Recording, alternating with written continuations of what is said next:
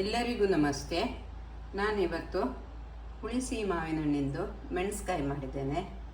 ಹೇಗೆ ಮಾಡೋದೆಂದು ತೋರಿಸಿಕೊಡ್ತೇನೆ, ಬನ್ನಿ. 5 ಹುಳಿಸಿ ಮಾವಿನ ಹಣ್ಣು ತಗೊಂಡಿದ್ದೆ. ಇದನ್ನು ಚೆನ್ನಾಗಿ ತೊಳೆದು ಸಿಪ್ಪೆ ತೆಗಿಬೇಕು. ಮಸಾಲೆ ಇದೆಲ್ಲ ಹುರಿದುಕೊಂಡಿದ್ದೆ. ಒಣಮೆಣಸು ಇಷ್ಟು, ಕೊತ್ತಂಬರಿ ಬೀಜ, ಜೀರಿಗೆ ಸ್ವಲ್ಪ, ಎಳ್ಳು, ಮೆಂತೆ, ಕಡಲೆಬೇಳೆ, ಉದ್ದಿನಬೇಳೆ ಎಲ್ಲ ಸ್ವಲ್ಪ ಸ್ವಲ್ಪ ತಗೊಂಡಿದ್ದೆ. ಇದು ಅರಸಿನ ಕಾಯಿ ಮತ್ತು ಕರಿಬೇವಿನ ಸೊಪ್ಪು ಹುರಿದುಕೊಂಡಿದ್ದೆ. ಇವನ್ನೆಲ್ಲ ಗಜ್ಬಿಜಿಯಾಗಿ ರುಬ್ಕೊಳ್ಳುವ. ಸ್ವಲ್ಪ ತುಪ್ಪ ಹಾಕ್ತೇನೆ.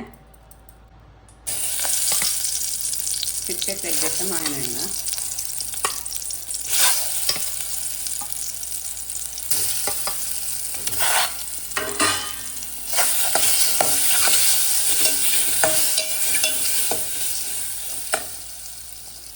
ಒಂದು ಅರ್ಧ ಲಿಂಬೆಹಣ್ಣು ಗಾತ್ರದ ಹುಣಸೆ ಹಣ್ಣನ್ನು ನೀರಿಗೆ ನೆನೆ ಹಾಕಿಟ್ಟಿದ್ದೆ, ಅದ್ರ ರಸ ಹಾಕ್ತೇನೆ.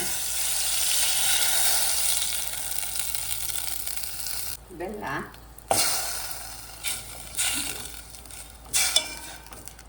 ಕರಿಬೇವಿನ ಸೊಪ್ಪು, ಒಂದು ಸ್ವಲ್ಪ ಉಪ್ಪು, ಬೇಲಿ ಒಂದು ರುಬ್ಬಿಟ್ಟ ಮಸಾಲೆ ಸೇರಿಸ್ತೇನೆ.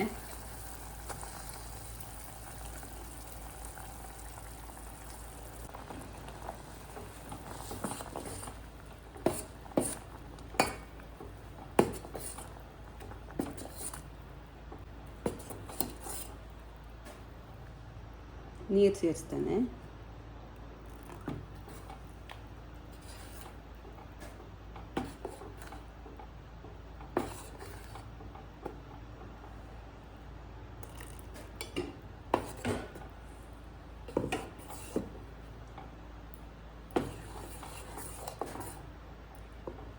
ಕುದಿಲಿದು ಸ್ವಲ್ಪ ಉಪ್ಪು ಹಾಕ್ತೇನೆ. ಆಗ ಹಾಕಿದ್ದೇನೆ, ಈಗ ಸ್ವಲ್ಪ ಹಾಕ್ತೇನೆ.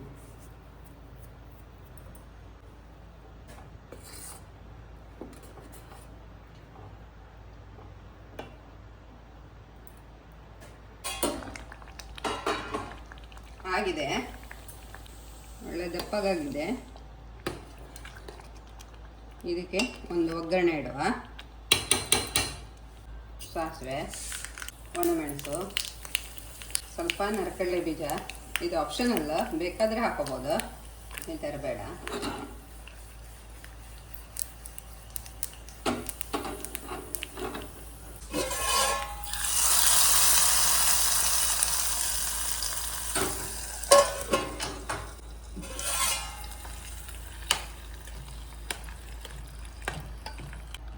ಆಗಿದೆ, ಇದು ಚೆನ್ನಾಗಿ ಬಂದಿದೆ ನೋಡಿ.